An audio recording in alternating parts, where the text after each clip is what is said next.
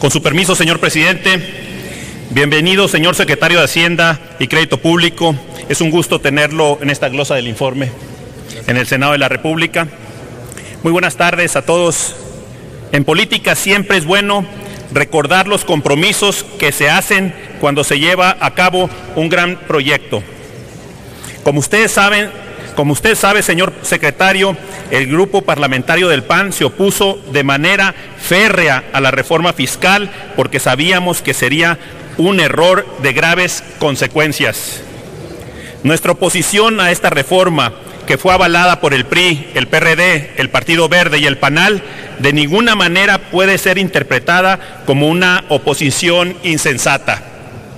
Sobradas pruebas dimos de responsabilidad con México al participar en el pacto y aprobar un sinnúmero de importantes reformas, a pesar de que otros partidos se opusieron a ellas durante 12 años. Ustedes se comprometieron, en primer lugar, a que esta reforma daría un impulso decidido al crecimiento económico, y lo que hemos vivido son continuas y constantes rebajas a las expectativas de crecimiento del país. Para el próximo año se había comprometido a un crecimiento cercano al 5%, y ya sin sorpresa vemos en el paquete económico del 2015 una estimación de tan solo 3.7%, lo que significa simplemente que si hacemos un ajuste por el incumplimiento previo a las expectativas de crecimiento que hemos vivido en estos 2 años pasados, no sería nada extraño alcanzar un avance de solo 3% de crecimiento para el próximo año.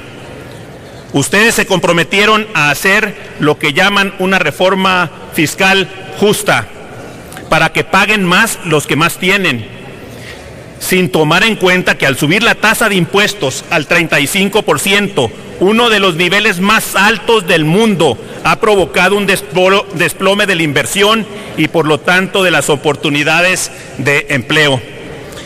Ustedes se comprometieron a una reforma que generaría mayor competitividad, y lo que ha provocado es que México sufra una caída de 23 lugares en competitividad fiscal. Una caída de 23 lugares en competitividad fiscal. Permítame, senador, un momento. Les pido a las y los senadores, a los coordinadores, que nos ayuden a que se restablezca la atención en las intervenciones. Ha transcurrido con participaciones muy interesantes, con la atención de todos ustedes, y es mi deber que prevalezca este ambiente. Continúe, señor senador. Gracias, presidente. A raíz de la reforma fiscal, México ha sufrido una caída de 23 lugares en competitividad fiscal, ocupando hoy el lugar 110 entre 144 países analizados por el prestigiado índice WEF de competitividad mundial. Debemos de recordar que la competitividad es la capacidad que tiene un país para retener, atraer inversiones, y son estas las que generan el empleo. Por ello no es de extrañar que en los últimos 2 años, de 1.100.000 jóvenes que se suman a la fuerza laboral, solo la mitad puedan encontrar empleo. Ustedes se comprometieron a una reforma que fortaleciera las finanzas del Estado mexicano, y lo que observamos en el periodo 2013-2014 es un incremento en los ingresos del gobierno de 18%. Sí, a costa del ingreso laboral de las familias, que ha disminuido en términos reales en 4.5% en el mismo periodo. Por último, el presidente Enrique Peña Nieto se comprometió públicamente al inicio de su mandato al equilibrio presupuestal, ordenando déficit cero en las finanzas públicas, y lo que hoy tenemos es la tasa de crecimiento del endeudamiento más alta de las últimas décadas en nuestro país. Cada familia mexicana debe, sin haber sido consultada, 262,000 pesos por deuda directa del gobierno.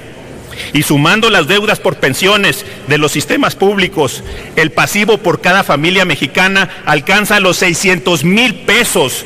Con estas cifras se está poniendo en riesgo la estabilidad financiera alcanzada en los últimos gobiernos panistas. La ciudadanía ha sentido un fuerte golpe con el modelo económico que ustedes han impuesto. La ciudadanía empieza a sentirse en la antesala de una de las grandes crisis recurrentes del PRI, de las cuales apenas nos estábamos recuperando. El grupo parlamentario del PAN sabe que no puede haber soluciones a todos los efectos negativos de la economía mientras no se cambie el modelo económico que tiene sumido a este país en este estancamiento. No nos resignamos a seguir después de décadas con crecimiento insuficiente. Los mexicanos tenemos para dar mucho más. Lo atestiguan la inmensa mayoría de las empresas globales, nacionales o extranjeras, que saben que sus plantas en México son las mejores en cuanto a su gente. Por eso sabemos que los mexicanos tenemos para dar mucho más.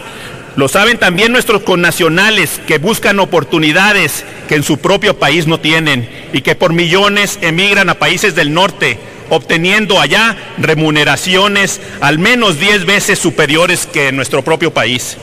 Este país, aún con reformas, no va a crecer lo suficiente si no se bajan sustancialmente los impuestos.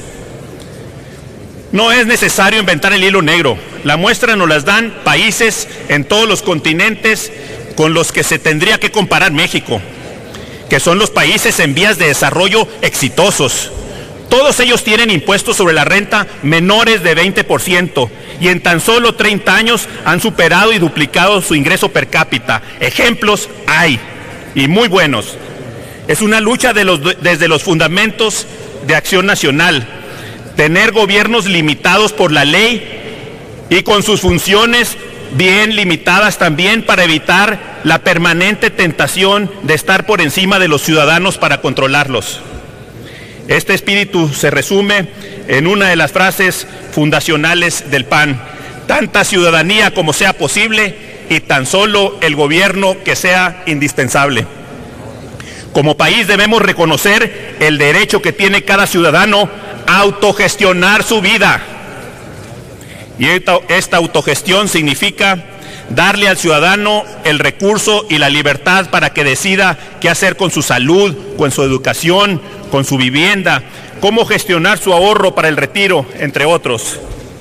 El gobierno y los políticos no son los que deben gestionar lo que el ciudadano puede hacer por sí mismo, porque cuando el gobierno se mete a hacerlo, nos convierte en rehenes de sus propios intereses electorales y económicos.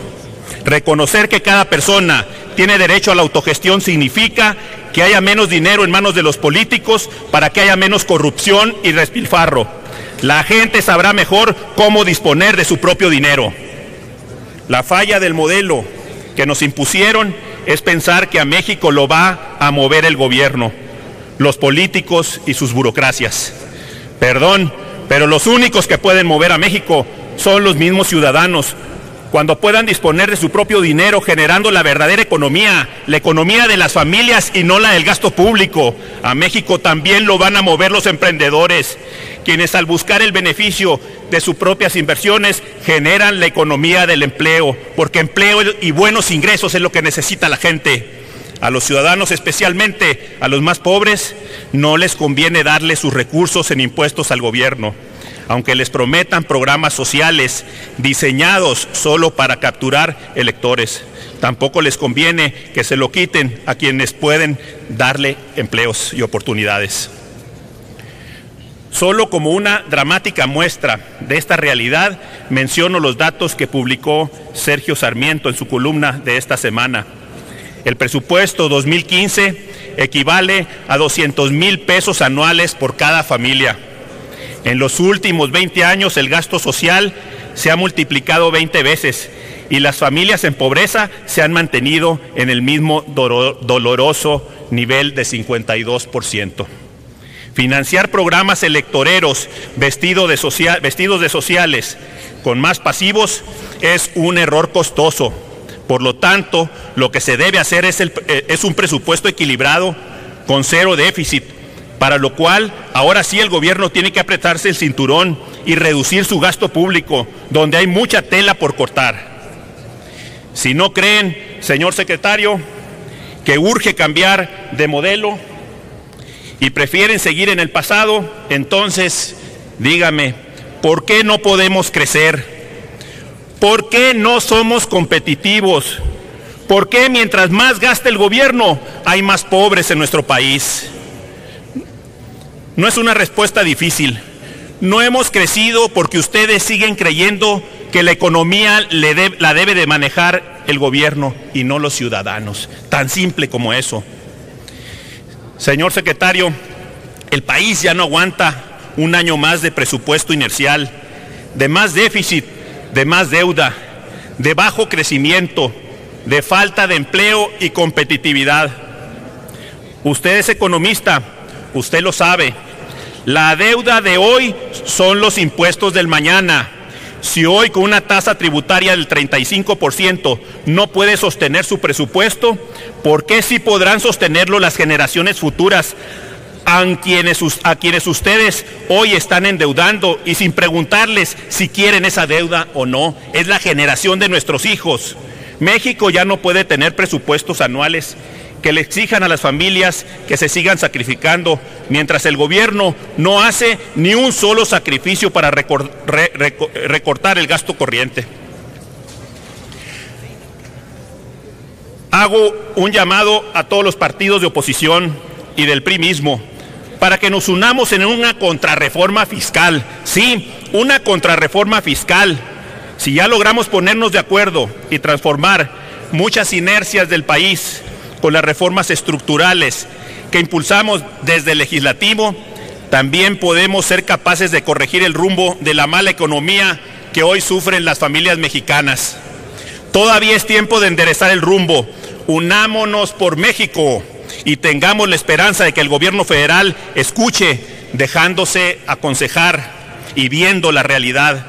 Vayamos por una visión económica que no sea una losa aplastante para los mexicanos que solo quieren trabajar y que no les arrebaten el fruto de su trabajo.